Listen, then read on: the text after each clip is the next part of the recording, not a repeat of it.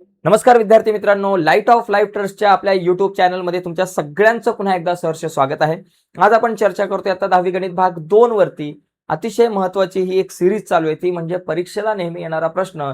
या सिरीजमध्ये आज आपण अतिशय महत्त्वाच्या संकल्पनेवर चर्चा करणार आहोत. ती संकल्पना म्हणजे प्रमाणाचं मूलभूत प्रमेय.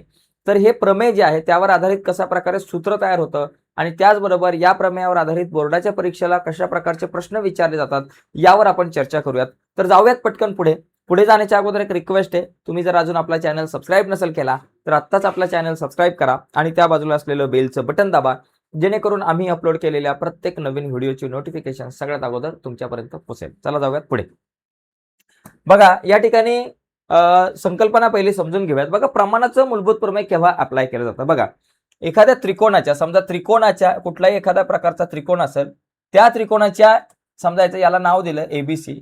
या त्रिकोणाच्या एका बाजूला समांतर असणारी रेषा, समजा बीसी ला समांतर असणारी रेषा यल, ही रेषा बीसी ला समांतर आहे आणि ही रेषा इतर दोन बाजूंना, बघा यल बीसी ला समांतर आहे आणि हीच रेषा इतर दोन बाजूंना भिन्न बिंदूंमध्ये विभागत असेल, बरोबर, दोन बाजूंना वेगवेगळ्या बिंदूमध्ये ती छेदत असेल, तर ती रेषा या बाजूंना प्रमाणात विभागते. ओके, आता ही अशी जर आकृती माझ्याकडे आली तर सूत्र कसं तयार करायचं बघा. दोन समांतर रेषा ए इथं बिंदू, तर ए पासून सूत्र लिहायला सुरुवात करायची. एपी छेद पीबी, काय बाबा, एपी छेद पीबी हे गुणोत्तर बरोबर एक्यू छेद क्यूसी. एक्यू छेद क्यूसी हे गुणोत्तर, ही दोन गुणोत्तर सारखी असतात. कुठली बाबा, एपी छेद पीबी आणि एक्यू छेद क्यूसी ही दोन गुणोत्तर आपल्याला इथं सारखी दिसतात. तर अशा प्रकारे हे आकृतीवरून सूत्र तयार झालं पाहिजे. समजा आकृती थोडीशी उलटी दिली, इथं जर अशा प्रकारे दिलं, इथं समजा पी दिला, क्यू दिला, आर दिला, एस दिला, टी दिला आणि इथं आता या दोन रेषा समांतर आहेत. मग आता या दोन रेषा समांतर आहे, त्यांच्या समोर बिंदू आला आर. आता आर पासून सूत्र तयार करायचं. इथं जसं ए पासून तयार केलं होतं एपी छेद पीबी बरोबर एक्यू छेद क्यूसी, तसं इथं आर पासून आर एस छेद एस पी बरोबर आर टी छेद टी क्यू. बघा आर एस छेद एस पी बरोबर आर टी छेद टी क्यू, आर टी छेद टी क्यू. झाला, विषय संपला. म्हणजे आकृतीवरून सूत्र कसं तयार करायचं हे एकदा आपल्याला समजलं पाहिजे.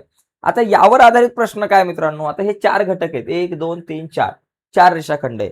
त्यापैकी कुठल्याही तिघांच्या किमती दिल्या जातील तुम्हाला परीक्षेला आणि चौथी किंमत काढायला सांगितली जाईल आणि आकृती कशीही दिली जाईल, नावं गावं पत्ता बदलला जाईल, परंतु विषय तोच असेल, संकल्पना तीच असेल. आता उदाहरण बघूयात यावरचं. प्रत्यक्षात आपण आता एक उदाहरण बघू. बघा त्रिकोण एबीसी मध्ये हा प्रश्न नोव्हेंबर 2020 ला आला होता. या त्रिकोण एबीसी मध्ये डीई समांतर बाजू बीसी, डीई आणि बीसी एकमेकींना समांतर आहे. एडी बरोबर मला 9 दिलंय, बीडी बरोबर आपल्याला एडी बरोबर 6 दिलंय, बीडी बरोबर 9 दिलंय, ईसी बरोबर 7.5 दिलंय आणि एई ची किंमत आपल्याला काढायची आणि डीई समांतर बीसी आहे. तर इथं प्रमाणाचं मूलभूत प्रमेय.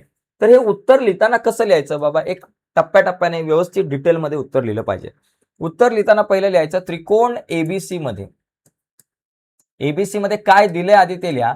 एबीसी मध्ये बाजू डीई, काय दिले, बाजू डीई समांतर बाजू, समांतर बाजू, बाजू बीसी किंवा रेख डीई समांतर बाजू बीसी असं दिलंय.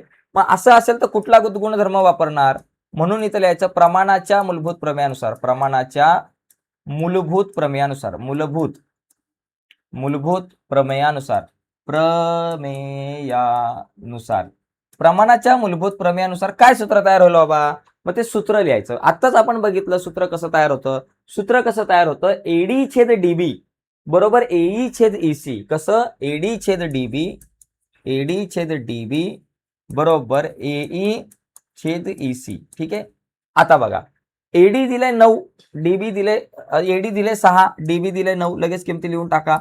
एई बाबा आपल्याला माहिती नाही, काढायची आहे आणि ईसी ची किंमत आहे 7.5. आता एक काम करा, इथं 6 आणि 9 दोघांना सुद्धा 3 ने भाग जातो, मग लावून टाका. 3 2 6, 3 त्रिक 9 बरोबर एई भागिले 7.5, तिरकस गुणाकार एई गुणिले 3 3, 3 एई. ओके, आणि 7.5 गुणिले 2, बघा 7.5 गुणिले 2, बघा 3 एई, 7.5च्या डबल केलं की आपल्याकडे येतात 15. ओके, मग एई आपल्या जाग्यावरती 15, आपल्या जाग्यावर 3 गुणिले बरोबर चिन्हाच्या पलीकडे गेले भागिले 3, मग एई बरोबर आपल्याकडे आलं 3 5 15. मग एई ची किंमत माझ्याकडे आलेली आहे 5. अशा पद्धतीने आपण एई काढू शकतो 5. म्हणजे इथं प्रमाणाचं मूलभूत प्रमेय आहे, त्यावर आधारित हा प्रश्न होता. याचा स्क्रीनशॉट वगैरे घ्यायचा असेल तर तुम्ही घेऊ शकता. ठीक आहे, चला. ओके. हा, आता बघा पुढे आता एक महत्वाचा मुद्दा तुम्हाला एक सोडवायला गणित देतो. बघा आता हे जे गणित आहे एक या ठिकाणी अशा प्रकारे समजा एखादा त्रिकोण आहे. या त्रिकोणाचं नाव आपण पी क्यू आर देऊ. इथे तुमच्याकडे एल समांतर क्यू आर आहे आणि इथं ए आणि बी आपण बिंदू देऊ. आता तुम्हाला सोडवायला एक गणित देतो. बघा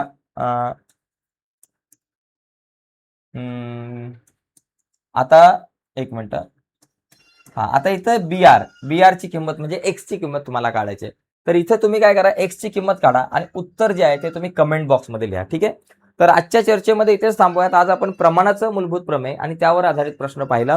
आता पुढच्या व्हिडिओमध्ये आपण पुढच्या संकल्पनेवरती चर्चा करूयात. पुढची व्हिडिओ तुमच्यापर्यंत पोहोचावी असं तुम्हाला वाटत असेल आणि अजूनपर्यंत तुम्ही आपला लाईट ऑफ लाईफ ट्रस्टचा चॅनल सबस्क्राईब नसेल केला तर मित्रांनो आत्ताच आपला चॅनल सबस्क्राईब करा आणि त्या बाजूला असलेलं बेलचं बटन दाबा, जेणेकरून मी अपलोड केलेल्या प्रत्येक नवीन व्हिडिओची नोटिफिकेशन सगळ्यात अगोदर तुमच्यापर्यंत पोहोचेल. ओके, चला आजच्या व्हिडिओमध्ये इथेच थांबू. धन्यवाद.